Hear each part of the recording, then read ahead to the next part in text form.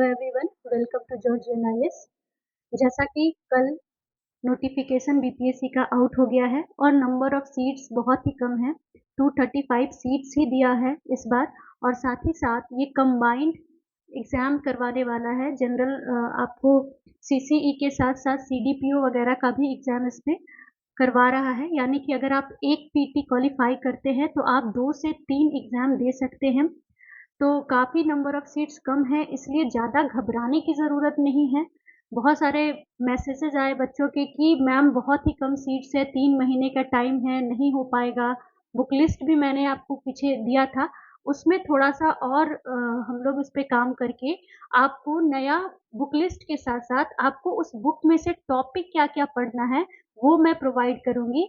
और अभी के लिए बिल्कुल नोटिफ़िकेशन से घबराना नहीं है। अ, 400 से भी अधिक सीट सितंबर तक हो जाएगा, ऐसा मान सकते हैं। लेकिन अगर सीट्स नहीं बढ़ी तो भी बिल्कुल भी पैनिक मत होइए आप लोग। आप लोग को क्या करना है, स्टडी को बढ़ाना है, स्टडी पे फ़ोकस करना है, 8 से 10 घंटे अब पढ़ना है। पीटी अब आ गया है, 3 महीना के बाद ही पीटी है, तो पीटी पे बहुत ज़्यादा फ़ोकस कीजिए आप लोग। मेंस को आप लोग छोड़ सकते हैं, जैसे कि बहुत सारे लोग एसे राइटिंग में लगे हुए थे, तो अभी भी जनसत्ता, टाइम्स ऑफ इंडिया जैसे जो आर्टिकल आते हैं उसको पढ़िए, उसको दिन में आप लोग 5 से 10 मिनट पढ़ सकते हैं, तो उससे एसे कवर होता है। लेकिन अभी मेंस को पूरी तरीके से छोड़िए, पीटी पे फ़ोकस कीजिए क्योंकि नेगेटिव मार्किंग मार्किंग भी किया हुआ है। और साथ ही साथ कमीशन ने नोटिफिकेशन में नेगेटिव मार्किंग के बारे में बिल्कुल नहीं बतलाया है। 68 में 1/4 नेगेटिव मार्किंग था।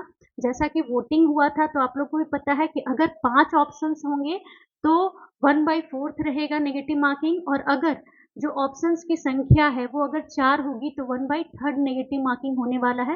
तो नेगेटिव भी काफ़ी ज़्यादा है। तो इस तरीके से आप लोग को जो पढ़ाई है और जो टेस्ट पेपर पे मैंने बात किया था, ये दोनों को आपको बढ़ाना होगा। ज़्यादा से ज़्यादा मॉक आपको लगाने की ज़रूरत है। मॉक से आपकी स्टडी जो है एक तरीके से रिवीजन होता है। तो नोटिफ़िकेशन के लिए जो भी नोटिफ़िकेशन आया है, अब तो और भी ज़्यादा पढ़ने की ज़्यादा ज़रूरत है। तो आप लोग डीमोटिवेट मत होइए, अपने आप को मोटिवेटेड रखिए और पढ़ाई करिए, ठीक है? बहुत सारे लोग क्वेश्चन्स कर रहे हैं कि मैम बीपीएससी के अलावा भी और सारे एग्ज़ाम्स हैं, तो सब पे कैसे फ़ोकस करेंगे? या जो पढ़ा हुआ चीज़ है, जो सिलेबस है, उसको हम लोग किस तरीके से याद करें? या फिर मैंने बुक लिस्ट जब दिया था, तो उसमें ढेर सारा जो सब्जेक्ट था, 8 सब्जेक्ट आप लोगों को प्लस में मैथ्स, तो किस तरीके से हम लोग उस पे काम करें? तो आप लोग एक समझिए इस बात को कि प्रैक्टिस के अलावा कोई दूसरा रास्ता नहीं है। कभी भी आप लोग किसी भी टॉपर्स को ये कहते हुए नहीं सुने होंगे कि मैम पढ़ाई कैसे करें ये बता दीजिए। वो लोग अपने आप कॉन्फिडेंस रहते हैं कि मैं तो कर लूँगा, ठीक है? इतना विश्वास आपको अपने ऊपर करना होगा, और जो भी चीज़ें बोली जा रही है, जिस तरीके से बताई जा रही है, आपको उस तरीके से पढ़ाई करनी होगी। बुक स्टडी खुद से करना है आपको, सेल्फ स्टडी खुद से करना है आपको, क्योंकि सेल्फ स्टडी के बिना पीसीएस नहीं निकाला जा सकता। मैं आपको एक-एक टॉपिक लिख कर के दे दूँगी, आप मल्टीपल बार प्रैक्टिस कीजिए। प्रैक्टिस का कोई दूसरा रास्ता नहीं होता है। आप ऐसे ऐसे समझ सकते हैं कि अगर मैं 1857 का रिवर्स क्लास में पढ़ भी ली हूँ, पढ़ा भी दी हूँ, तो अगर मैं उसको रिवीज़न नहीं करूँगी तो एग्ज़ाम आते-आते मैं उसको भूल जाऊँगी। तो जो भी चीज़ें आप पढ़ रहे हैं उसका आप 2 दिन के अंदर-अंदर, अगर एक बार पढ़ने में जितना समय आपको लगा, आप यकीन मानिए उसको रिवीज़न करने में आधा समय हो जाता है, आधा समय कम लगता है, आधा समय का बचत होता है।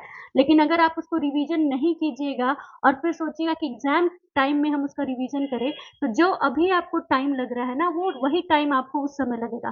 तो जो भी चीज़ पढ़ रहे हैं आप लोग, उसको आप लोग 2 दिन के अंदर-अंदर रिवीज़न कीजिए, और रिवीज़न को चेक भी कीजिए। रिवीज़न चेक कैसे होता है?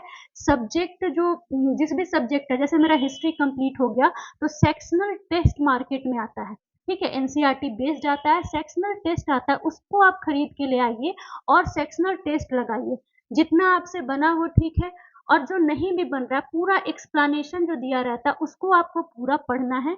यही सही तरीका होता है। पहले बुक स्टडी करना है, उसके बाद उसके बाद रिवीजन करना है 2 दिन के अंदर-अंदर। और तीसरा जो चरण होता है, जो तीसरा जो चीज़ होता है, वो होता है मॉक लगाना। मॉक लगाइए और उसका एक्सप्लेनेशन पढ़िए।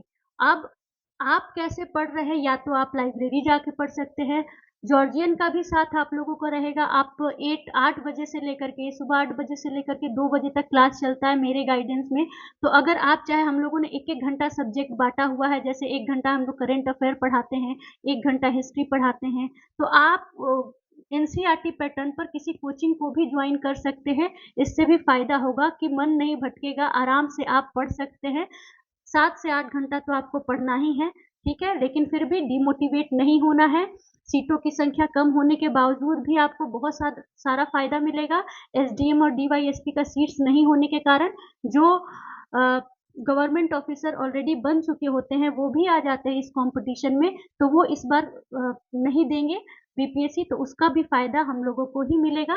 तो नेक्स्ट वीडियो में हम लोग टॉपिक पे बात करेंगे, कि टॉपिक कौन-कौन सा इम्पोर्टेंट है, उसको मैं लिखवा दूँगी। आप लोग उसको पढ़िए, रिवीज़न कीजिए और टेस्ट लगाइए।